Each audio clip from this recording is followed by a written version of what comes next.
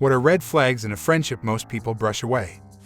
Sometimes we end up having friends that make us feel like we need to tread carefully when we talk to them. We constantly second-guess what we say, and it feels like we're walking on eggshells. This can be annoying and lead to anxiety, especially when we realize that we can't be ourselves around them. For instance, if we have to reword our texts several times before sending them, it's a red flag that this person may not be a good friend. In this case, it's crucial to let go of such friends and surround ourselves with people who make us feel comfortable and accepted.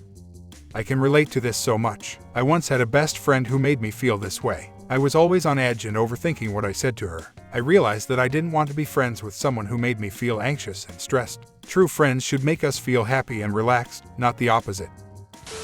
It's not uncommon to have friends who are pleasant when they are alone with us but change drastically when we are in a group. If they put us down in front of others or try to twist the situation on us when confronted, it's a sign of insecurity and jealousy. Other signs of toxic friendship include inappropriate attention-seeking behavior, constant gaslighting, disrespect for boundaries, disingenuous friendliness, and getting mad when we don't follow the exact moral code they do. We should watch out for these red flags and distance ourselves from such friends if we notice these traits in them. Oh my God, I had a high school friend who did this to me all the time. I always felt belittled and embarrassed in front of others. It took me a while to realize that her behavior was toxic and not my fault. Once I cut her out of my life, I felt so much better about myself. It's a red flag when our friends are always on their phones and don't pay attention to us. Such friends are not looking for companionship but rather want someone around them to fill the void. It's important to distinguish between someone who genuinely wants to spend time with us and someone who is using us as a distraction. I agree with this completely. It's frustrating when our friends are always on their phones, and it feels like they don't care about spending time with us. It's crucial to surround ourselves with friends who are present and engaged when they are with us. A friend who only cares about their own success and doesn't show genuine happiness for us is not a true friend. They may be jealous of our success and try to bring us down. I had a friend who tried to ruin my wedding because she was jealous of my happiness. She would only talk about herself and criticize me when I was around her. It's important to distance ourselves from such toxic people. In extreme cases, jealousy can even lead to destructive behavior, such as the example of my friend who tried to ruin my wedding. This type of behavior is not only disrespectful but also harmful to our mental and emotional well-being. I'm sorry to hear that. It's hurtful when someone we consider a friend tries to bring us down. I agree that we should distance ourselves from people who only care about themselves and are not happy for us. Life is too short to surround ourselves with negative people. Jealousy and possessiveness are signs of a toxic friend. While it's normal to feel jealous sometimes, true friends respect our boundaries and allow us to have our own lives. I can understand how hurtful it is to find out that our best friend is hanging out with someone else while ignoring us. It's okay to feel jealous, but it's important not to let it consume us. I can relate to feeling left out and hurt when friends seem to be getting closer to other people and not making an effort to maintain our friendship. It's tough to balance our own emotions and insecurities with wanting to support our friends and be happy for them. It's necessary to discuss with your friend and express how you feel, but also to respect their choices and not try to guilt them into spending time with you. Upon receiving a private message from a particular individual, it's not uncommon to experience a sense of nervousness or anxiety in regards to its contents. The mere sight of their name appearing on your screen can elicit a physical reaction, causing your stomach to drop and your mind to race. Your initial thought may be, "What is it this time?" as you brace yourself for potentially unpleasant news or a request that you don't have the capacity to fulfill. This reaction may be due to past experiences with this individual where they have acted in a manner that is stressful or has caused you to feel obligated to do something you don't want to. It's vital to take a step back and evaluate the situation before responding, setting boundaries, and protecting your emotional well-being if necessary. I had to cut ties with a former friend who was incredibly manipulative. She always wanted to control and criticize me, and I couldn't take it anymore. When she moved to Italy, she would send me messages saying how depressed she was and how she wanted to die. I did my best to help her, but she always seemed to be overdramatic about everything.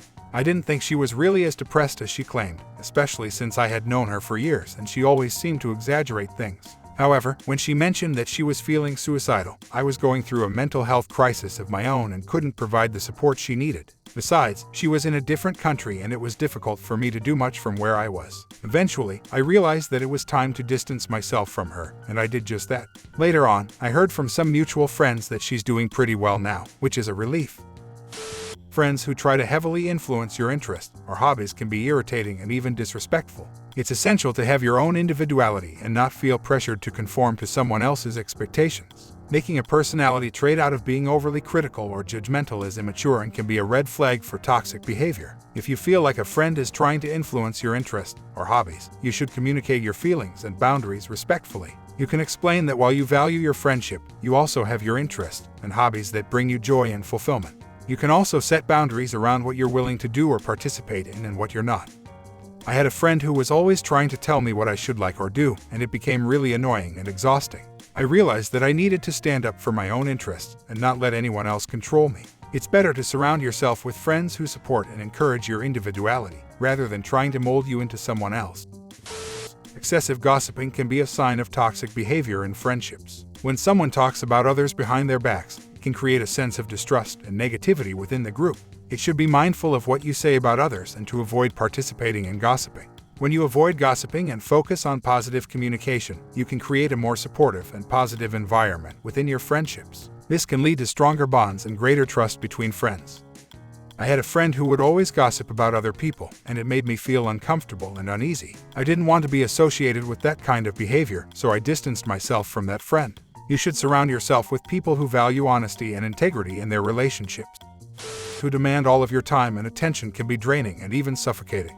It's crucial to have a balance between your friendships and other aspects of your life, such as work, hobbies, and family. It's not healthy or fair for someone to expect you to prioritize them over everything else in your life. Maintaining a healthy balance between your friendships and other aspects of your life is necessary for your mental and emotional well-being. If you feel that a friend is demanding too much of your time or attention, you should express your feelings to them honestly and respectfully. I had a friend who would get upset whenever I spent time with other friends or didn't respond to their messages immediately. It was exhausting and made me feel guilty for having a life outside of our friendship. I realized that I needed to set boundaries and prioritize my own needs, rather than trying to please that friend all the time. Flakiness can be an exasperating and disrespectful trait in friendships. It's important to communicate clearly and respect other people's time and plans. Canceling plans or not responding to invitations without an explanation can create a sense of unreliability and even disrespect.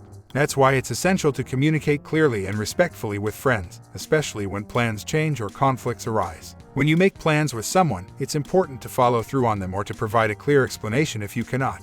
If you need to cancel, give as much notice as possible and apologize for any inconvenience or disappointment you may have caused. By being open and honest about your intentions, feelings, and schedule, you can avoid misunderstandings, hurt feelings, or disappointment.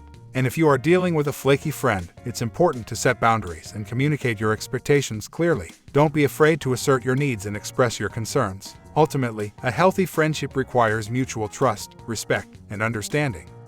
I completely agree with you. Flakiness is not only exasperating but can also be disrespectful in friendships. It's important to value other people's time and efforts by being clear and consistent in communication. Canceling plans or not responding to invitations without a valid explanation can create a sense of unreliability, making it difficult for others to trust and rely on you. Therefore, it's crucial to make a conscious effort to be a reliable and dependable friend by communicating clearly and respecting other people's time and plans. Thanks for watching. Subscribe to our YouTube channel for more videos.